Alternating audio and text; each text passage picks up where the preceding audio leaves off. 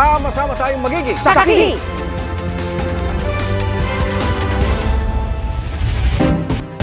Igan sa gitna ng maanghang na iringan ng Senado at Kamara sa issue ng charter change, naungkat ang 20 milyong pisong inalok umano kada distrito para isulong ang People's Initiative. Ayon kay Senadora Amy Marcos, ang opisina ni House Speaker Martin Romualdez ang nasa likod nito.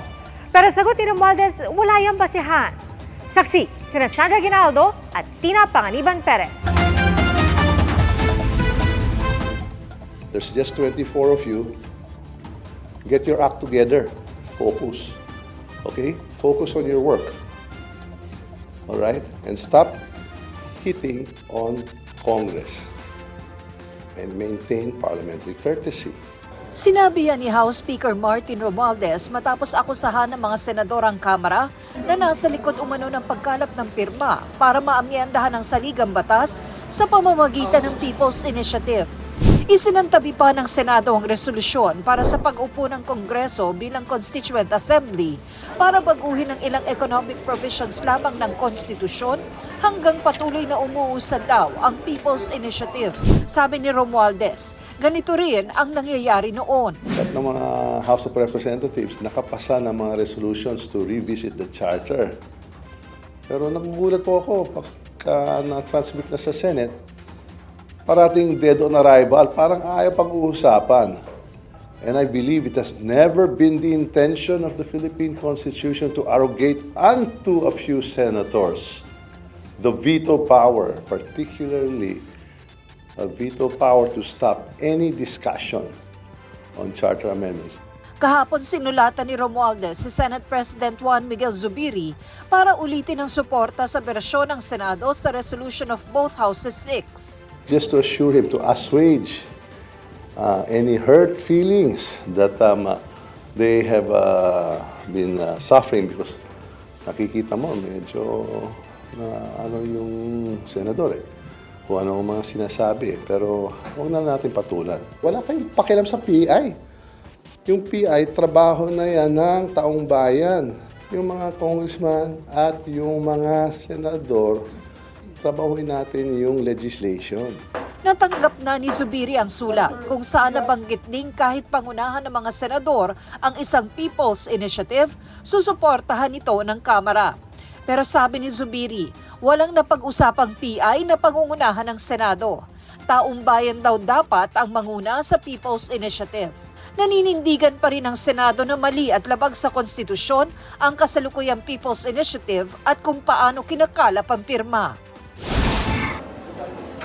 May patutsada naman kay Romualdez si Senate Minority Leader Coco Pimentel. You stop this foolishness. I think the Speaker, who is the leader of the House of Representatives, misappreciates the mode of People's Initiative in amending our Constitution. Akala pala niya pwede palang politiko ang nasa likod. We will never have a Senate-led People's Initiative kasi alam ng Senador na kung meron kaming brilliant idea on how to amend the Constitution, ang paraan na open sa amin, Constituent Assembly. Alam namin yun, not People's Initiative. Kahapon, magkahiwalay na pinulong ni Pangulong Marcos ang mga senador at kongresista, pero tuloy pa rin ang girian. Sa Martes, isasagawa ang pagdinig ng Senado tungkol sa People's Initiative. Maghaharap ng testigo si Senador Joel Villanueva. Maski ang oposisyon sa Senado, kaisa sa investigasyon.